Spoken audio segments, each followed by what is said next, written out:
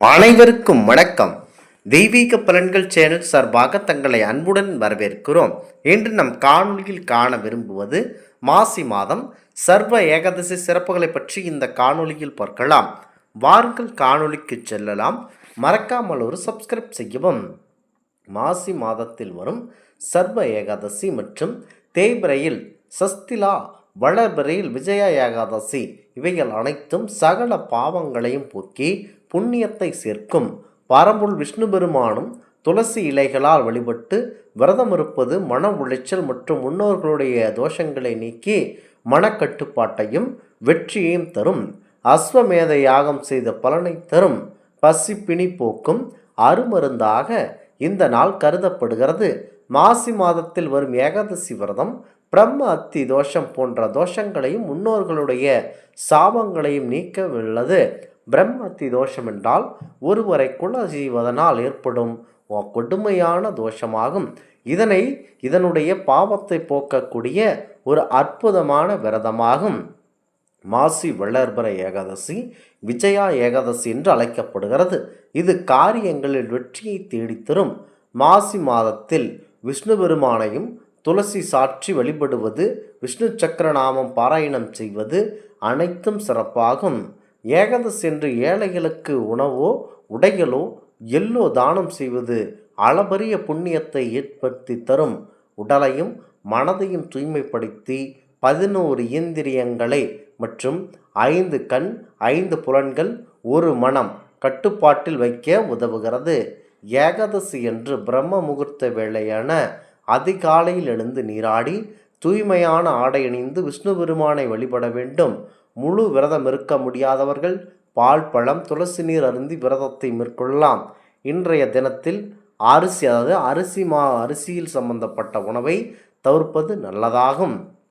குறிப்பாக பிரம்ம அத்தி தோஷம், மூதாதையர்கள் மோட்சம், மன உளைச்சல் ஏற்படுத்தும். அடுத்ததாக விரக்தி போன்றவை மாசி மாத ஏகாதசி விரதத்தை கடைபிடித்தால் நம்மை விட்டு நீங்கும். காயத்ரி மந்திரத்திற்கு மிஞ்சிய மந்திரமும், கங்கைக்கு மிஞ்சிய தீர்த்தமும், தாய்க்கு சமமான தெய்வமும், ஏகாதசிக்கு சமமான விரதமும் இல்லை என்று அக்னி புராணத்தில் சொல்லப்பட்டிருப்பது குறிப்பிடத்தக்கது. ஏகாதசி விரதத்தின் பலன் அஸ்வமேத யாகம் செய்த புண்ணியத்தை தரும். இந்த ஏகாதசி விரதத்தை பற்றி சிவபெருமானோ பார்வதி தேவனும் எடுத்து கூறியதாக புராணங்கள் கூறுகின்றன. ஒவ்வொரு மாதமும் அமாவாசைக்கு பிறகு வரும் 11ஆம் நாள் வளர்பிறை ஏகாதசி என்றும், பௌர்ணமிக்கு பிறகு வரும் 11ஆம் நாள் தேய்பிறை ஏகாதசி என்றும் அழைக்கப்படுகிறது. ஆண்டுக்கு அல்லது 25, அதாவது ஒரு ஆண்டுக்கு 24 அல்லது 25 ஏகாதசி திதிகள் வருகின்றன. ஒவ்வொரு மாதமும் வரும் வளர்பிறை தேய்பிறை ஏகாதசிகளுக்கு ஒவ்வொரு தனிப்பட்ட பலனும் உண்டு. மார்கழி மாத வளர்பிறை வைகுண்ட ஏகாதசி சிறப்பை பெறுகிறது. அன்றைய நாளிலிருந்து ஏகாதசி விரதம் கடைபிடித்து வந்தால் கிடைக்கும் பலன்கள் கணக்கில் அடங்காது என கூறப்படுகிறது. மாசி மாத வளர்பிறை ஏகாதசி அதாவது ஜயா எனப்படும். அகால மரணம் அடைந்த மூதாதையர்கள் மோட்சம் பெறுவர். மன உளைச்சலும் அகலும். வாழ்க்கையில் ஏற்படும் விரக்தி நம்மை விட்டு நீங்கும். மாசி மாத தேய்பிறை ஏகாதசி சஸ்திலா ஏகாதசி என கூறப்படுகிறது. அன்று கொய்யாப்பழம் அல்லது கொட்டைப்பாக்கை வைத்து பூஜை செய்தால் பிரம்ம ஹத்தி தோஷம் நீங்கும். ஏழை பிராமணர்களுக்கு இரும்பு வடை சட்டியில் எள்ளுடன் தானம் செய்ய வேண்டும். மேலும் பாதுகை, கூடை, கரும்பு, நீருடன் தாமரை குடம், பசு முதலியவனையும் சேர்த்து 6 பொருட்கள் தானம் தந்தால் பிரம்ம ஹத்தி தோஷம் நீங்கும். 6 வகை தானம் செய்வதனால் சஸ்திலா என இதனை கூறப்படுகிறது. இந்த ஏகாதசி விரதம் இருப்பவர்களுக்கு அனைத்து விதமான செல்வ செழிப்பும் கிடைக்கும் என்பது ஐதீகமாகும். குறிப்பாக ஏகாதசி விரதம் பரம்பொருள் விஷ்ணு பெருமானுக்கு மிகவும் உகந்த விரதமாகும். மாசி மாதத்தில் வரும் ஏகாதசிகளுக்கு ஜெயா ஏகாதசி என பெயர் இருக்கிறது. விஜயா ஏகாதசி என்றும் பெயர். இதில் வளர்பிறையில் வருவது ஜெயா ஏகாதசி என்றும், தேய்பிறையில் வருவது விஜய ஏகாதசி என்றும் அழைக்கப்படுகிறது. இந்த 2 ஏகாதசிகளிலுமே விரதம் இருப்பவர்களுக்கு எடுத்த காரியங்கள் அனைத்திலும் கண்டிப்பாக வெற்றி கிடைக்கும் என்பது நம்பிக்கையாகும். விரதங்களில் ஏகாதசிக்கு இணையான விரதம் எதுவும் இல்லை என பத்ம புராணம், கருட புராணம் உள்ளிட்ட புராணங்கள் சொல்லுகின்றன. ஏகாதசி திதியானது வளர்பிறை தேய்பிறை என மாதத்திற்கு 2 முறை வருகிறது. அமாவாசை என்று பௌர்ணமிக்கு முந்தைய 4வது நாளை ஏகாதசி என்கிறோம். வருடத்திற்கு சுமார் 24 ஏகாதசி திதிகள் வருகின்றன.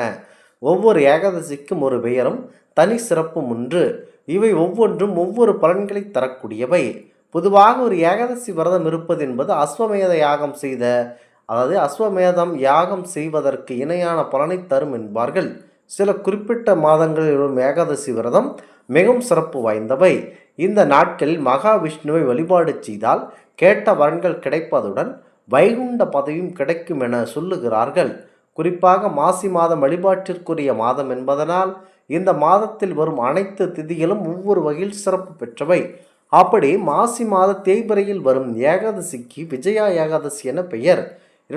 முக்கியமாக இந்த 2026ஆம் ஆண்டில் இந்த ஏகாதசி விரதம் மாபெரும் சிறப்பு மிக்கது. முக்கியமாக அதிர்ஷ்டம், வெற்றி, செல்வம் உள்ளிட்ட சகல விதமான ஐஸ்வர்யங்களும் தரும் சக்தி வாய்ந்த பெற்ற நாள் இதுவாகும். ஏகாதசி திதியானது குறிப்பாக இதனை மாபெரும் சக்தி வாய்ந்த விரதமாகவே அனைவரும் கூறுவார்கள்.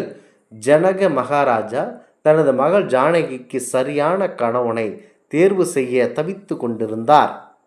தெய்வ அம்சம் பொருந்திய மகளுக்கு யாரை மணமகளாக தேர்வு செய்வது என யோசித்த அவர் மகாவிஷ்ணுவிடம் இதற்கு வழி கேட்கலாம் என முடிவு செய்து யாகம் ஒன்றை நடத்தினார். அந்த யாகத்தின் பயனாக ஜனகரின் முன் தோன்றிய மகாவிஷ்ணு, விஜய ஏகாதசி நாளில் உனது அரண்மனை வாசலை தேடி வரும் ஒருவனுக்கு உனது மகளை திருமணம் செய்து கூட என கூறினார். விஜய ஏகாதசி நாளுக்காக ஜனக மகாராஜாவும் காத்திருந்தார். அந்த நாள் அருமண வாசலுக்கு மிதிலையின் இளவரசன் ஸ்ரீ ராமரே வந்தார். அவருக்கு ஜனகர் தனது மகளை திருமணம் செய்து கொடுத்ததாக புராணங்கள் சொல்கின்றன. அதனால் விஜய ஏகாதசி வெற்றிக்குரிய நாளாகவும் நினைத்தவற்றை நிறைவேற்றி தரும் நன்னாளாகவும் குறிப்பிடப்படுகிறது. இந்த நாளில் தான் ஸ்ரீராமர் அரக்கர்களை அழித்து வெற்றி கொண்டதாகவும் சொல்லப்படுகிறது. விஜய ஏகாதசி நாளில் முழு உபவாசம் இருந்து மகாவிஷ்ணுவுடைய திருநாமங்களை பாராயணம் செய்ய வேண்டும். பகவத்கீதை புராணத்தை படிக்கலாம். மகாவிஷ்ணுவை போன்று பாடல்கள் பாடலாம். விஜய ஏகாதசி விரதம் இருப்பவர்களின் விருப்பங்கள் அனைத்தும் நிறைவேறும். நல்ல ஆரோக்கியம், அதிர்ஷ்டம் மற்றும் செல்வம் மற்றும் வளமான வாழ்வு ஆகியவை கிடைக்கும் என நம்பப்படுகிறது. இந்த ஆன்மீக தகவல் உங்களுக்கு பிடித்து இருந்தால் தெய்வீக பலன்கள் சேனலை கண்டிப்பாக சப்ஸ்கிரைப் செய்து கொள்ளவும்.